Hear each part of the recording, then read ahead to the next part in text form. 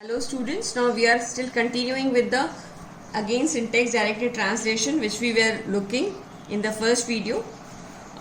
What is the use of the syntax rule? We have already said that it is semantic rules or the syntax directed translation phase helps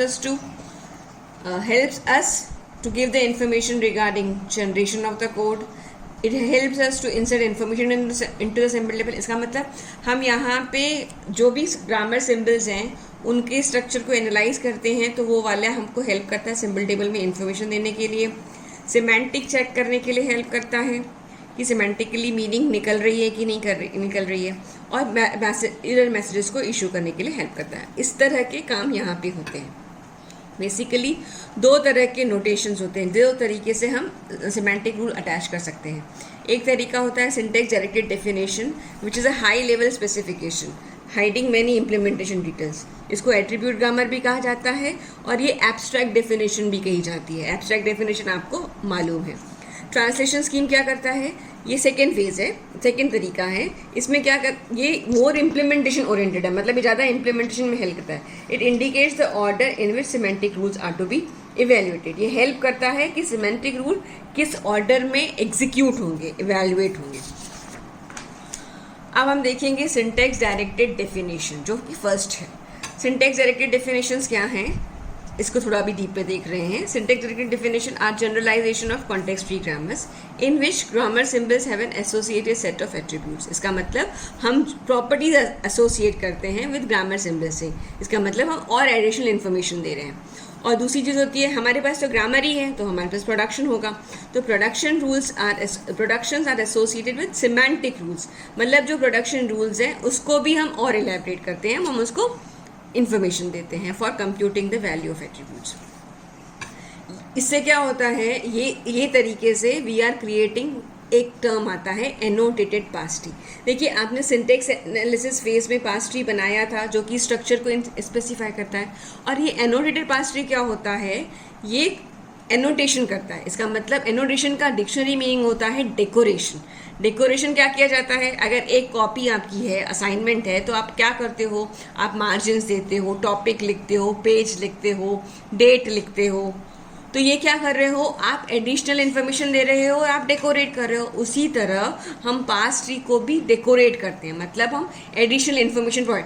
originally pass tree वैसा ही रहेगा लेकिन हम additional information provide करते हैं in terms of attributes. This will be clear to you when we see it, where each node of the tree is a record with the field for each attribute. मतलब हम attribute की information भी add करते हैं.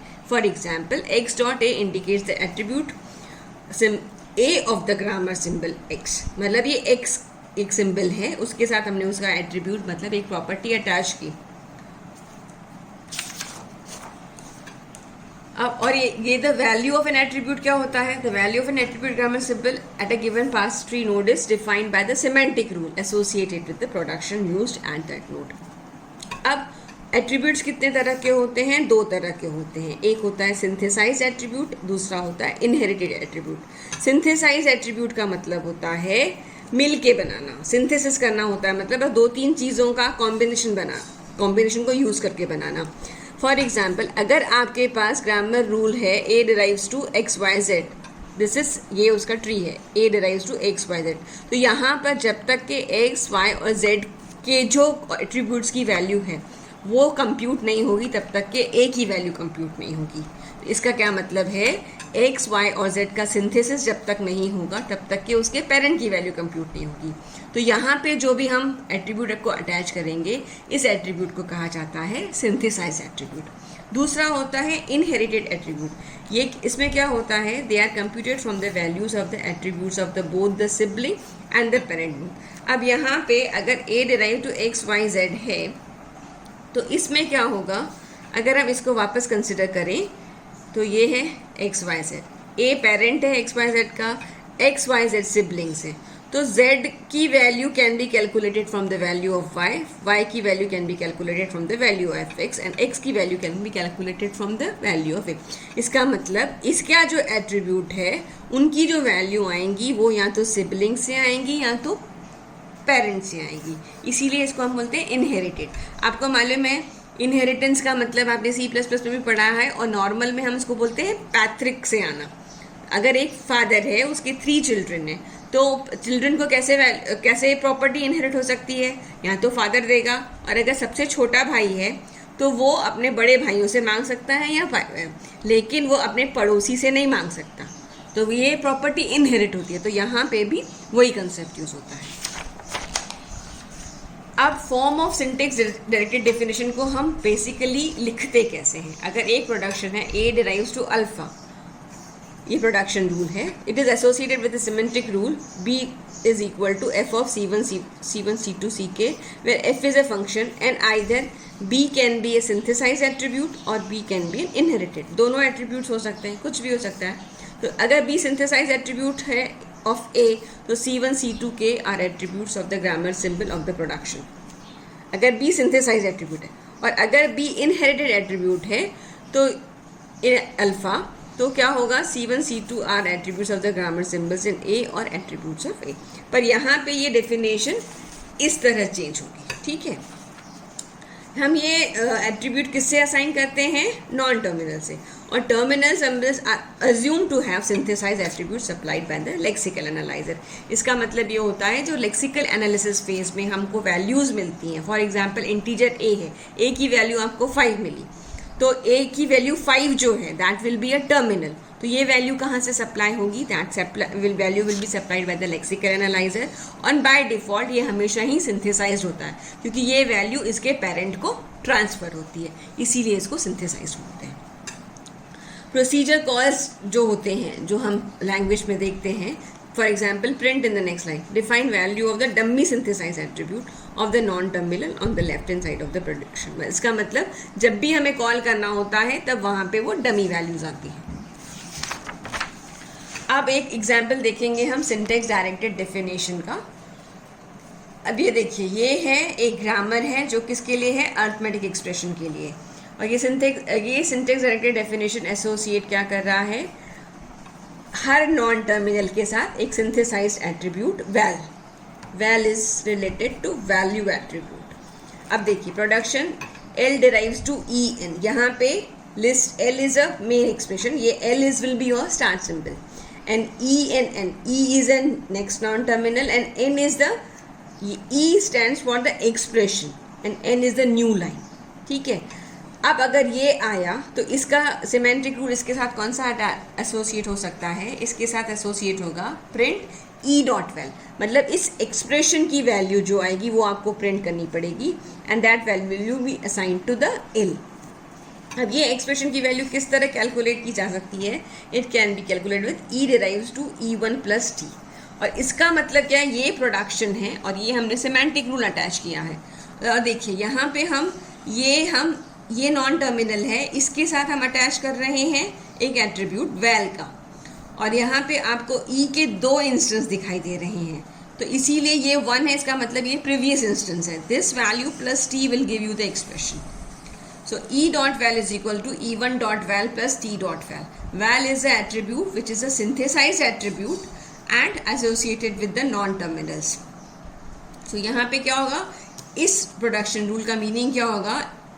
Next expression की value होगी पिछले वाले एक्सप्रेशन की value plus T dot val. इस प्रोडक्शन रूल का मतलब क्या है? E dot val is equal to T dot val. इसका मतलब है T dot val is equal to T1 dot val into F dot val. T derives to F, T dot val is equal to F dot well.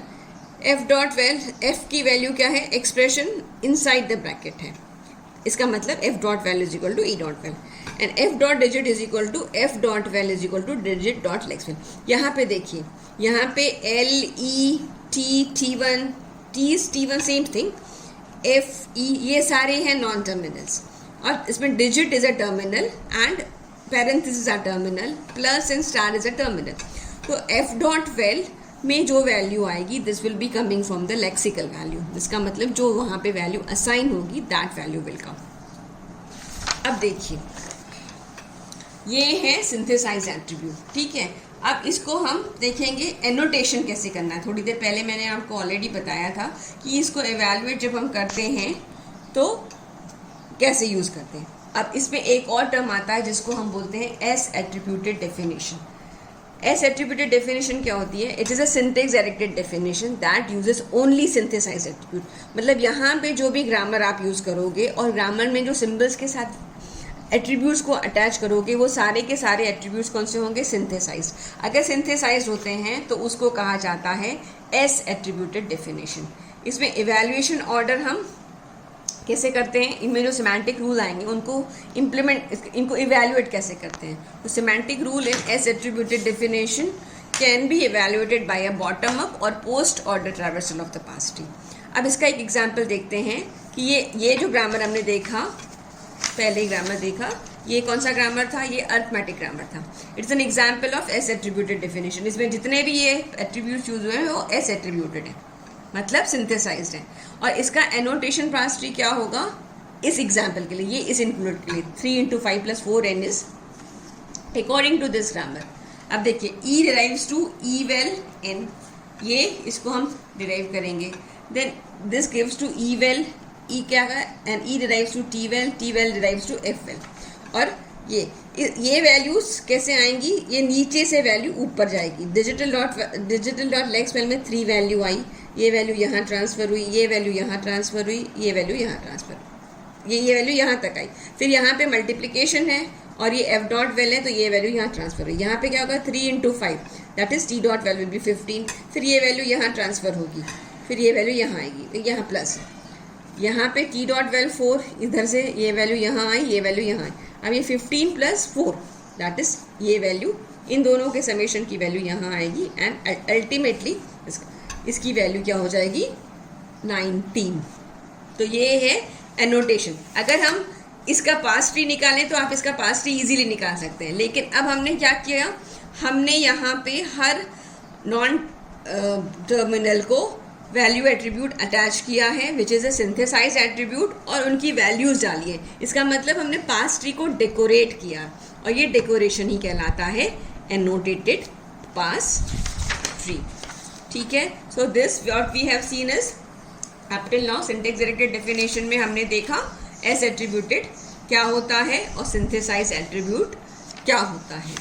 एक चीज़ हम और देख लेते हैं जिसको हम बोलते हैं इनहेरिटेड एट्रीब्यूट. चलिए ये वाला चीज़ हम नेक्स्ट वीडियो में देखेंगे. ओके.